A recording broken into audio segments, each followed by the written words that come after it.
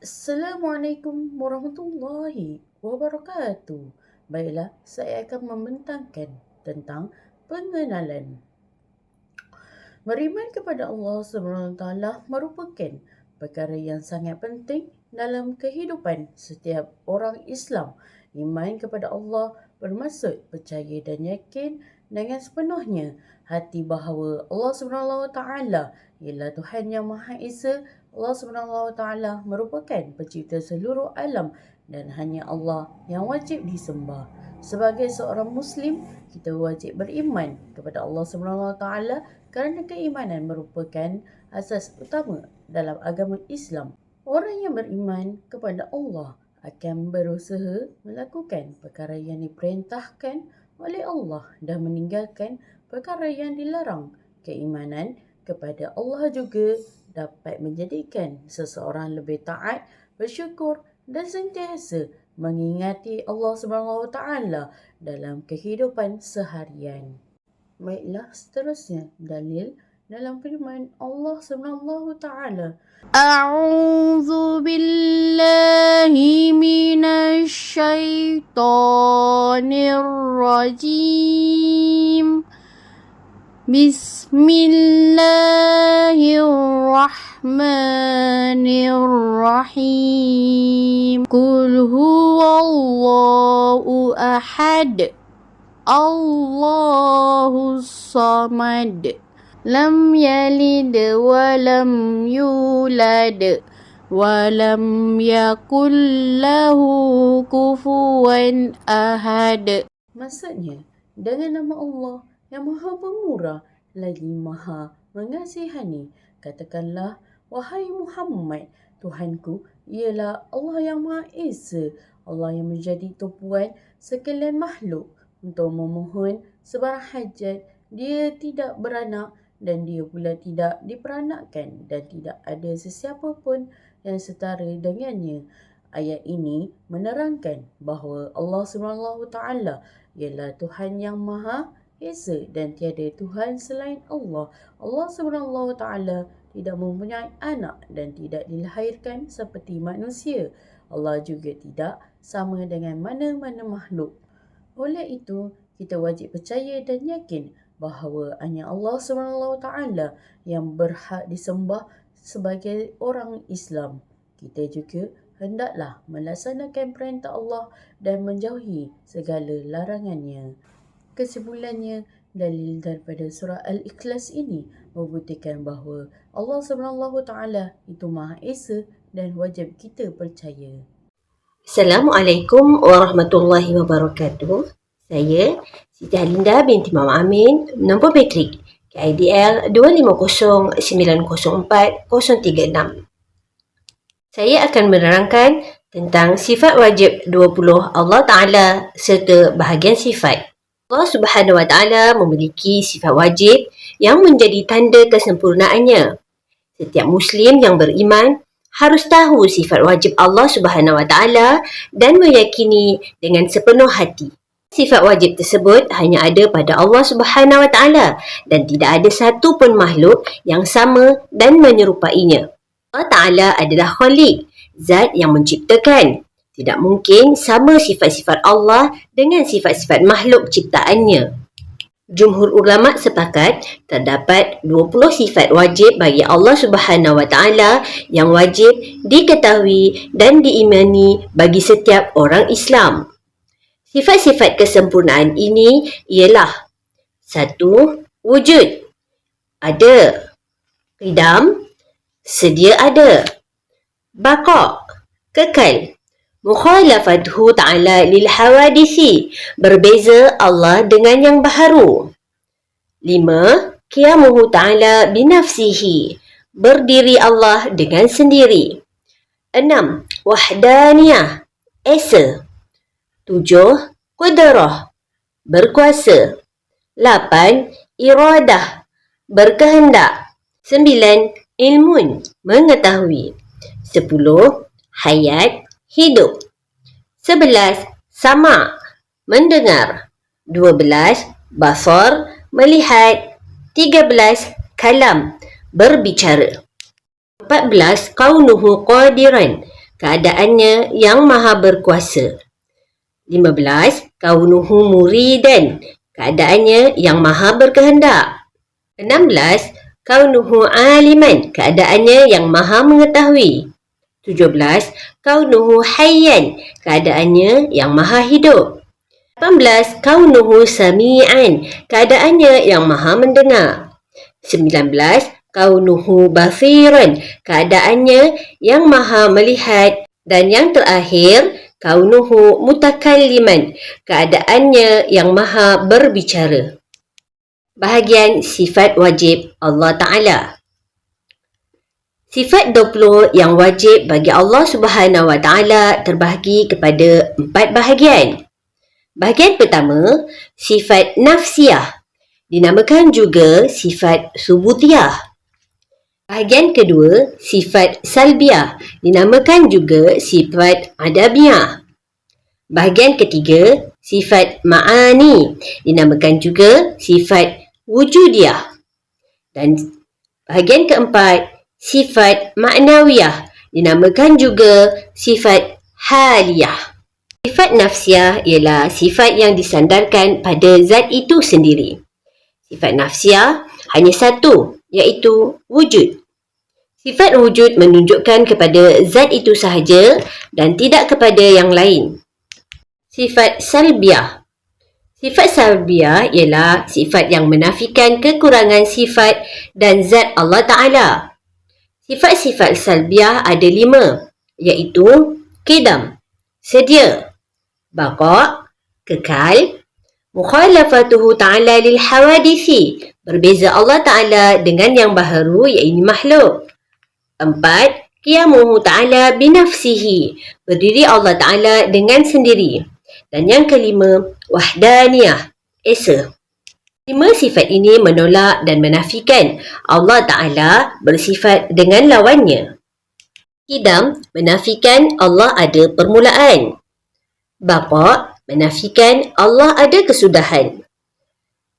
Mukhalafatuhu ta'ala lil hawadisi menafikan persamaan Allah dengan segala yang baharu. Qiyamuhu ta'ala binafsihi menafikan Allah berhajat kepada yang lain. Dan terakhir, wahdaniyah menafikan Allah berbilang-bilang. Sifat ma'ani. Sifat ma'ani ialah sifat yang ada lagi tetap berdiri pada zat Allah Ta'ala. Sifat-sifat ma'ani menunjukkan kepada makna wujudiyah yang tetap bagi Allah Ta'ala dan layak dengan kesempurnaannya. Sifat ma'ani ada 7, iaitu qudrah, berkuasa, iradah, berkehendak, ilmun, mengetahui, hayat, hidup, sama', mendengar, basar, melihat, dan kalam, berkata-kata. Makna sifat ma'ani. Kalimah ma'ani ialah pecahan dari kalimah makna. Artinya, di dalam bahasa Melayu, erti atau tujuan. Seperti mendengar, ialah makna yang terbit daripada telinga. Dikatakan Tuhan itu bersifat makna jua, iaitu sifat mendengar dengan tiada sifat telinga, kerana ia mendengar bukan dengan telinga. Maka, jadilah tujuan sifat ma'ani itu ialah sifat yang ada lagi tetap berdiri pada zat Allah Ta'ala. Sifat ma'nawiyah. Kalimah ma'nawiyah itu nisbah kepada makna, iaitu sifat yang melazimi sifat ma'ani, lagi tetap ada pada zat Allah Ta'ala. Ma'nawiyah ada 7, iaitu kaunuhu qadiran, kaunuhu muridan, kaunuhu aliman, kaunuhu hayyan, kaunuhu sami'an, kaunuhu basiran, dan kaunuhu mutakalliman. Sifat-sifat itu dinamakan sifat ma'nawiyah ialah kerana ia melazimi, iaitu tetap mengikut akan sifat-sifat ma'ani. Assalamualaikum warahmatullahi wabarakatuh. Nama saya Muhammad Mursyid bin Buhairah. Nombor matrik saya KIDL 250904034. Okay, jadi hari ini saya akan menerangkan tentang, saya akan menyambung pembentangan, iaitu yang bertajuk Sifat Mustahil bagi Allah Subhanahu Wa Taala. Okay, jadi pertama sekali apa yang kita perlu tahu iaitu sifat mustahil bagi Allah ni ialah sifat-sifat kekurangan ataupun kelemahan yang bertentangan dengan 20 sifat wajib bagi Allah Subhanahu Wa Taala. Okay, dengan mengetahui sifat-sifat ini dengan lengkap, maka dengan mengetahui sifat-sifat ini boleh menjadi pelengkap kepada akidah Islam untuk membesarkan lagi dan menyucikan Allah Subhanahu Wa Taala daripada sebarang persamaan dengan makhluk. Okay, jadi kita terus dengan 20 sifat bagi Allah 20 sifat mustahil bagi Allah Subhanahu Wa Taala. Okay, jadi sifat mustahil bagi Allah ini paling mudah diterangkan dengan membahagikan kepada 4 kumpulan lah, iaitu yang pertama sifat nafsiyah dan salbiyah, iaitu menolak sifat kekurangan bagi Allah Subhanahu Wa Taala. Okey, jadi kumpulan yang pertama ni menolak sifat-sifat yang menunjukkan Allah itu lemah dan baharu ataupun menyamai makhluk. Yang pertama ni Adam iaitu tiada, dan hudus iaitu baharu iaitu ada permulaan lah. Okey, secara terangnya Allah sentiasa wujud dan tidak ada sesiapa pun yang menciptakannya. Okay, sebagai contoh, manusia dahulu ni tiada, kemudian lahir ke dunia barulah, kiranya makhluk. Tapi Allah itu pula tidak bermula dan tidak ada permulaan dan sentiasa ada. Okay, seterusnya fana iaitu binasa. Okay, secara terangnya Allah Subhanahu Wa Taala itu kekal selama-lamanya dan tidak akan mati ataupun musnah. Okay, sebagai contoh, rumah boleh runtuh, manusia boleh mati, pokok boleh layu, tetapi Allah itu tidak akan binasa. Allah itu kekal selama-lamanya. Okay, seterusnya kita sambung dengan mumasalatuhu lil hawadisi, iaitu menyerupai makhluk. Okay, secara terangnya Allah itu tidak sama dengan apa yang dia cipta. Tidak samalah dengan makhluk. Sebagai contoh, robot tidak akan sama dengan manusia yang menciptakannya. Begitu juga dengan Allah Subhanahu Wa Taala. Tidak ada bentuk, tidak ada darah dan tidak ada tangan seperti manusia. Tidak samalah dengan makhluk. Walaupun kita bayangkan sehebat mana pun, tidak akan sama dengan Allah Subhanahu Wa Taala. Okay, seterusnya ihtiyajuhu lil ghairi, iaitu berhajat dengan yang lain. Okay, secara terangnya Allah itu berdiri sendiri. Bukan maksudnya Allah itu berdiri, tetapi nak mengatakan yang Allah itu tidak bergantung kepada sesiapa dan tidak memerlukan bantuan kepada sesiapa untuk apa sahaja. Okay, sebagai contoh, manusia memerlukan oksigen untuk bernafas dan memerlukan makanan untuk hidup. Tetapi Allah itu tidak perlukan semua tu, tak perlukan apa sahaja untuk hidup, tak perlukan bantuan sesiapa pun. Okay, seterusnya ta'addud iaitu berbilang-bilang. Okay, secara terangnya Allah itu satu, iaitu esa lah, tidak ada dua, tidak ada tiga dan tidak ada selain itulah.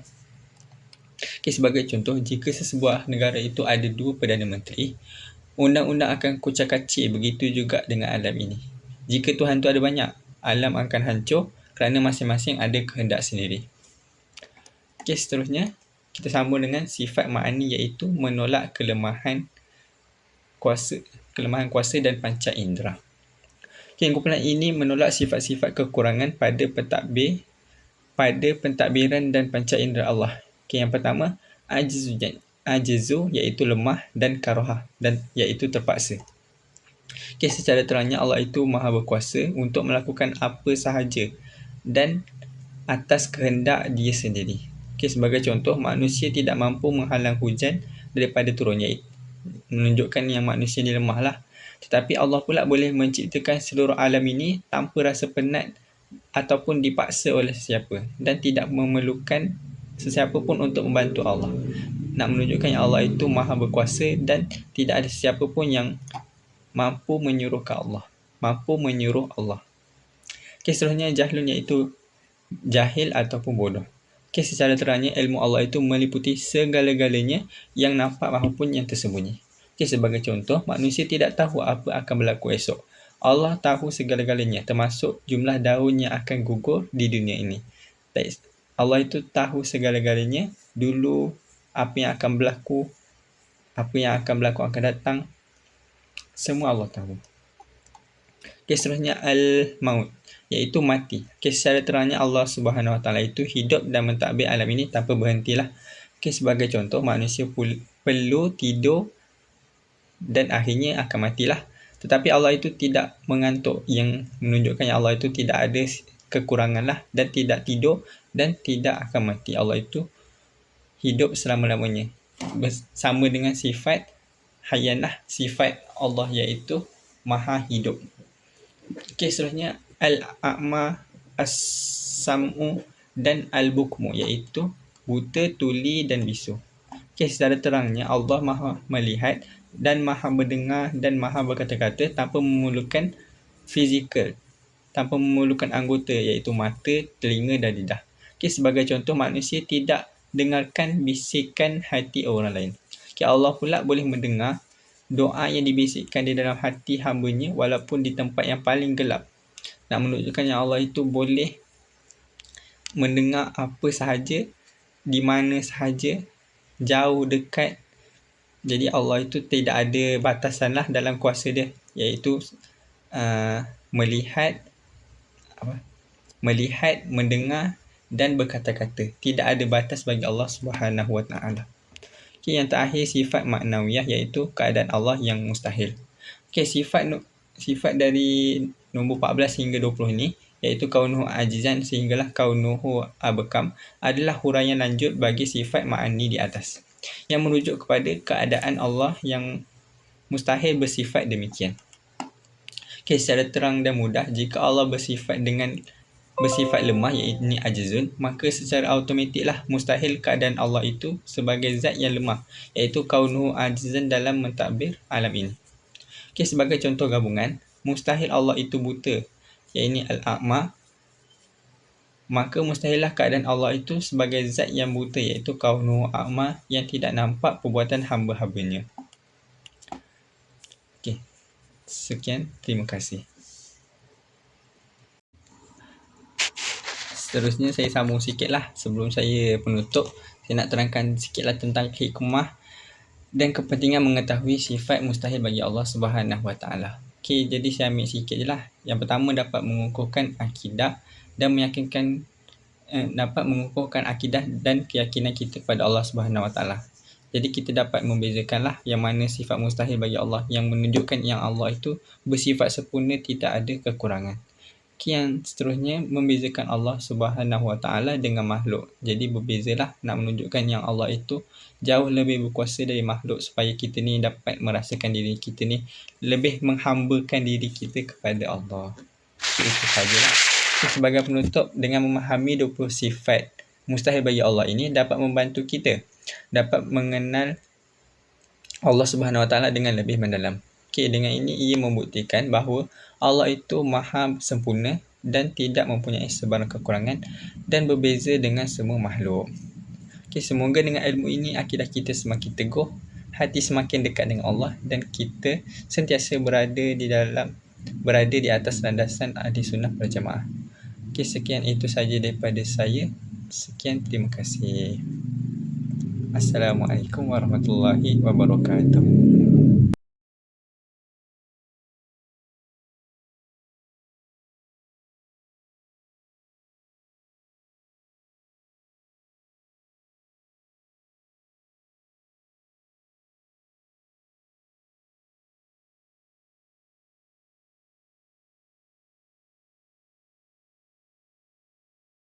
Bismillahirrahmanirrahim. Assalamualaikum warahmatullahi wabarakatuh. Nama saya Muhammad Sufian binti Murain. Saya daripada kumpulan 1, grup 1. Hari ini saya akan membentangkan kepada kamu semua tentang tajuk kepercayaan kepada Allah di bawah tajuk Asma'ul Husna. Baik, kita lihat pada Asma'ul Husna, nama-nama Allah yang pertama. Yang pertama, Al-Ahad. Al-Ahad bermaksud Esa ataupun Maha Tunggal. Konsep utamanya adalah Allah yang Maha Esa dari segi zat, sifat dan segala perbuatannya. Tiada tandingan, sekutu atau anak bapa baginya. Seluruh makhluk bergantung sepenuhnya hanya kepadanya. Contoh penghayatan, seseorang mengasingkan diri daripada mempercayai ramalan nasib, azimat mahupun kuasa mistik lain. Dia menghadapkan doa dan harapan secara langsung hanya kepada Allah. Sebagai contoh yang kita dapat ambil adalah daripada kisah Rasulullah sallallahu alaihi wasallam, di mana ketika Rasulullah masih hidup, Rasulullah sering kali pergi ke Gua Hira untuk mengasingkan diri dengan bersama Allah Subhanahu wa taala. Yang kedua, Al-Basir. Al-Basir bermaksud Allah Maha melihat. Konsep utama adalah Allah melihat setiap perkara di alam semesta ini tanpa batasan, jarak, kegelapan mahupun saiz. Tiada apa yang tersembunyi daripada penglihatannya termasuk lintasan hati manusia. Contoh penghayatan seorang pekerja atau pelajar menjalankan tugas dengan penuh amanah dan berkualiti tinggi, walaupun tanpa pengawasan majikan, guru atau kamera keselamatan CCTV. Contoh yang dapat kita ambil adalah apabila kita melakukan sesuatu perbuatan, ingatlah bahawa Allah Maha melihat. Segala perbuatan yang kita buat di dunia, Allah lihat, walaupun di tempat yang tertutup. Pengajaran yang dapat kita ambil adalah di sini dalam dalil Allah Subhanahu wa taala dalam surah Al-Hujurat ayat 18, a'udzubillahi minasyaitonir rajim. Wallahu basirum bima ta'malun, yang bermaksud dan Allah Maha melihat apa yang kamu kerjakan. Sebagai konklusinya di sini adalah kita perlulah sentiasa menjaga perbuatan dan akhlak kita kerana Allah melihat setiap amalan yang kita lakukan. Seterusnya Al-Khaliq. Al-Khaliq bermaksud Allah Maha Mencipta. Allah Maha Pencipta. Konsep utama adalah Allah merancang dan mencipta seluruh kewujudan alam semesta ini daripada tiada kepada ada. Setiap makhluk dicipta dalam bentuk yang paling sempurna dan mempunyai matlamat yang jelas.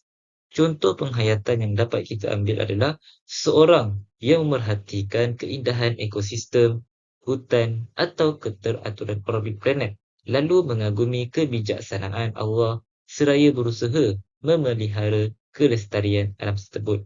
Allah Subhanahu Wa Taala menciptakan seluruh alam semesta ini tanpa memerlukan bantuan kepada sesiapa sahaja. Semua makhluk seperti manusia, haiwan, tumbuh-tumbuhan, langit dan seluruh ciptaannya adalah hasil kekuasaan Allah sendiri. Setiap ciptaannya adalah mempunyai tujuan, hikmah dan aturan yang sempurna. Tiada siapa yang mampu mencipta sebagaimana Allah cipta. Dalam dalil, Allah Subhanahu Wa Taala telah menyebut dalam surah Al-Hashr ayat 24, A'udzubillahi minasyaitonirrajim. Bismillahirrahmanirrahim. Wallahul khaliqul bari'ul musawwir, yang bermaksud dialah Allah yang menciptakan, yang mengadakan dan yang membentuk rupa. Pengajaran yang dapat kita ambil di sini adalah yang pertama, mestilah kita meyakini bahawa Allah Subhanahu Wa Taala lah yang berhak disembah kerana dialah pencipta sekalian alam. Seterusnya adalah Al-Hayyu. Al-Hayyu bermaksud Allah Maha Hidup.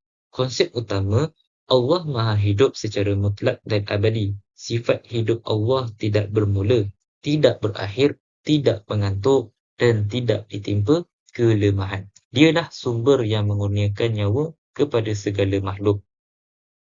Dalam surah Al-Baqarah ayat 255 yang berbunyi, A'udzubillahi minasyaitonirrajim. Allahu la ilaha illa huwal hayyul qayyum la ta'khuzuhu sinatun wa la naum, yang bermaksud Allah tiada Tuhan melainkan Dia yang Maha Hidup, yang Maha berdiri sendiri, mentadbir segala sesuatu, Dia tidak mengantuk dan tidak tidur. Sebagai contoh penghayatan, reda atas kehilangan. Menghadapi pemergian insan tersayang atau kegagalan sesuatu usaha dengan hati yang lapang kerana sedar bahawa segala makhluk bersifat fana dan hanya Allah tempat bersandar yang kekal abadi. Contoh yang dapat kita ambil adalah apabila sebagai contoh kita kehilangan orang yang tersayang, seperti ibu bapa, kawan-kawan, guru-guru dan sebagainya. Apabila kita kehilangan mereka, kita seharusnya dan kita wajib reda atas pemergian mereka. Kerana segala makhluk yang Allah cipta, mahupun manusia, tumbuh-tumbuhan, haiwan-haiwan, semua akan mati. Pengajaran yang dapat kita ambil di sini adalah kita semestinya meyakini bahawa kehidupan manusia ini adalah sementara dan kita haruslah memperbanyakkan amalan-amalan soleh sebagai bekalan di akhirat kelak.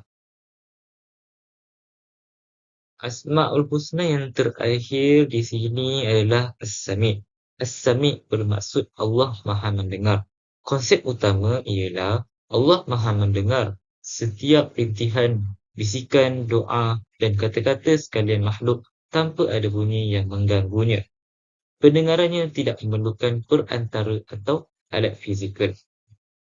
Kita sebagai manusia memerlukan alat bantuan untuk mendengar, iaitu telinga. Tetapi Allah Subhanahu Wa Taala tidak memerlukan apa-apa pun bantuan untuk mendengar. Allah mendengar dengan sifat mendengarnya, iaitu As-Sami'. Dalam dalil As-Sami' iaitu surah Al-Ghafir ayat 20 yang berbunyi Innallaha huwas sami'ul basir, yang bermaksud sesungguhnya Allah dialah yang Maha mendengar lagi Maha melihat. Contoh penghayatan, kita mestilah mengamalkan zikir dan doa yang khusyuk di sepertiga malam secara senyap. Seseorang berasa optimis dan tenang kerana yakin rintihan jiwanya didengari dan pasti dimakbulkan oleh Allah. Sebagai kesimpulan dan pengajaran yang dapat kita ambil daripada sifat As-Sami' ni adalah kita mestilah sentiasa berdoa, sentiasa merintih dan meminta pada Allah kerana Allah Maha mendengar apa yang akan kita doa, setiap doa dan segala rintihan yang kita hadapkan kepadanya. Seterusnya, kita mestilah menjaga percakapan daripada kata-kata yang buruk, kata-kata yang dusta dan mengumpat kerana Allah mendengar segala yang kita ucapkan. Sebagai kesimpulan dan mengakhiri video kita kali ini, kita sebagai manusia dan makhluk, kita mestilah beriman dan percaya bahawa Asma'ul Husna mengajar kita mengenali sifat-sifat dan kesempurnaan Allah Subhanahu Wa Taala. Dengan memahami nama-nama Allah seperti Al-Ahad, Al-Khaliq, Al-Hayyu, As-Sami' dan Al-Basir, kita akan bertambah yakin akan kebesaran dan kekuasaan Allah Subhanahu Wa Taala. Kefahaman ini mendorong kita untuk meningkatkan keimanan, beribadah dengan ikhlas, menjaga akhlak serta sentiasa mengingati bahawa Allah Subhanahu Wa Taala Maha melihat, Maha mendengar, Maha hidup, Maha mencipta segala sesuatu. Wa akhirul kalam. Assalamualaikum warahmatullahi wabarakatuh.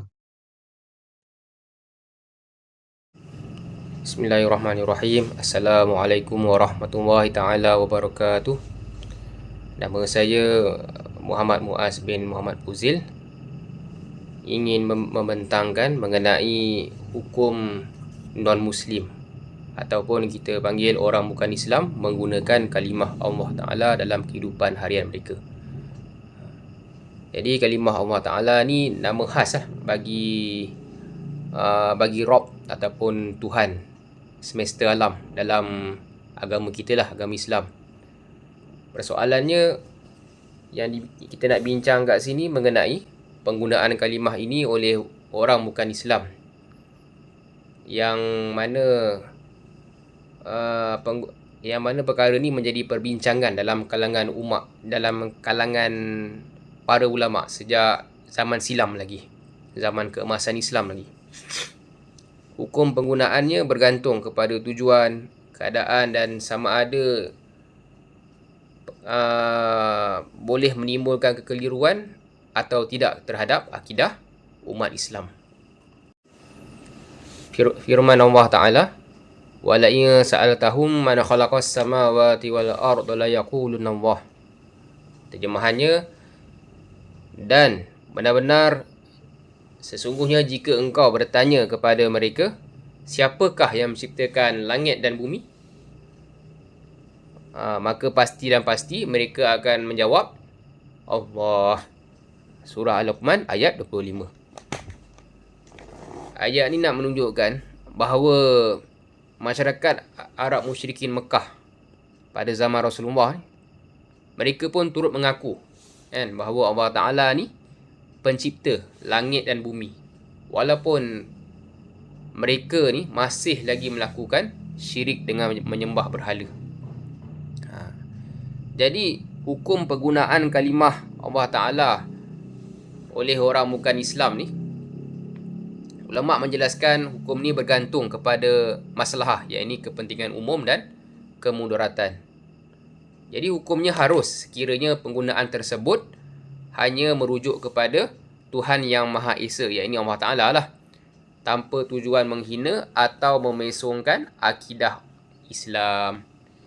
Dan yang seterusnya, hukum seterusnya ialah tidak harus atau dilarang apabila penggunaan kalimah Allah Ta'ala ni boleh mengelirukan umat Islam, digunakan untuk menyebarkan fahaman agama lain atau menghina kesucian agama Islam. Jadi pemerintah Islam kena tetapkan peraturan lah untuk jaga akidah umat Islam berdasarkan keadaan semasa. Dan Allah Ta'ala berfirman lagi dalam ayat yang lain, wala tasubbul ladzina yad'una min dunillahi fayasubbullaha adwan bighairi ilm. Terjemahannya, dan janganlah kamu mencaci sembahan-sembahan yang mereka sembah selain Allah Ta'ala, kerana mereka akan mencaci Allah Ta'ala secara melampaui batas tanpa ilmu ataupun tanpa pengetahuan. Dipetik dari surah Al-An'am ayat 108. Jadi ayat ni nak mengajar umat Islam supaya menjaga adab dalam beragama serta mengelakkan perkara yang boleh menimbulkan permusuhan dan penghinaan terhadap Allah Subhanahu Wa Taala. Walaupun kita beragama Islam, kita tak dibenarkan untuk menghina mana-mana agama selain daripada agama Islam. Ia juga menjadi asas bahawa segala perkara yang boleh membawa kepada kekeliruan atau kerosakan terhadap agama hendaklah dielakkan. Dan kalau kita tengok di negara kita Malaysia, isu penggunaan kalimah Allah Ta'ala ni oleh bukan Islam telah diputuskan melalui proses perundangan dan pentadbiran agama mengikut perlembagaan serta undang-undang negeri. Jadi tujuan utama sekatan ni dibuat di beberapa negeri. Pertamanya untuk menjaga kesucian kalimah Allah Ta'ala. Yang kedua, mengelakkan kekeliruan dalam kalangan umat Islam. Yang ketiga, memelihara keharmonian dan ketenteraman masyarakat majmuk yang ada di Malaysia ni. Dan keputusan ini juga mengambil kira keadaan masyarakat Malaysia yang mempunyai pelbagai agama dan budaya. Kesimpulannya ialah kalimah Allah Ta'ala ni merupakan nama yang paling agung bagi Allah Ta'ala. Penggunaannya oleh orang bukan Islam ataupun non-Muslim merupakan isu yang mempunyai perbahasan dalam kalangan ulama. Hukum penggunaan kalimah Allah Ta'ala ni bergantung kepada tujuan penggunaan dan kesannya terhadap akidah umat Islam. Jadi umat Islam hendaklah sentiasa memelihara kesucian nama Allah Ta'ala, dalam masa yang sama menghormati penganut agama lain dan mematuhi keputusan pihak berkuasa agama untuk menjaga keharmonian masyarakat. Dan kesimpulan yang paling utama sekali ialah Islam menitik beratkan penjagaan akidah, adab dalam berdakwah dan keamanan masyarakat secara seimbang.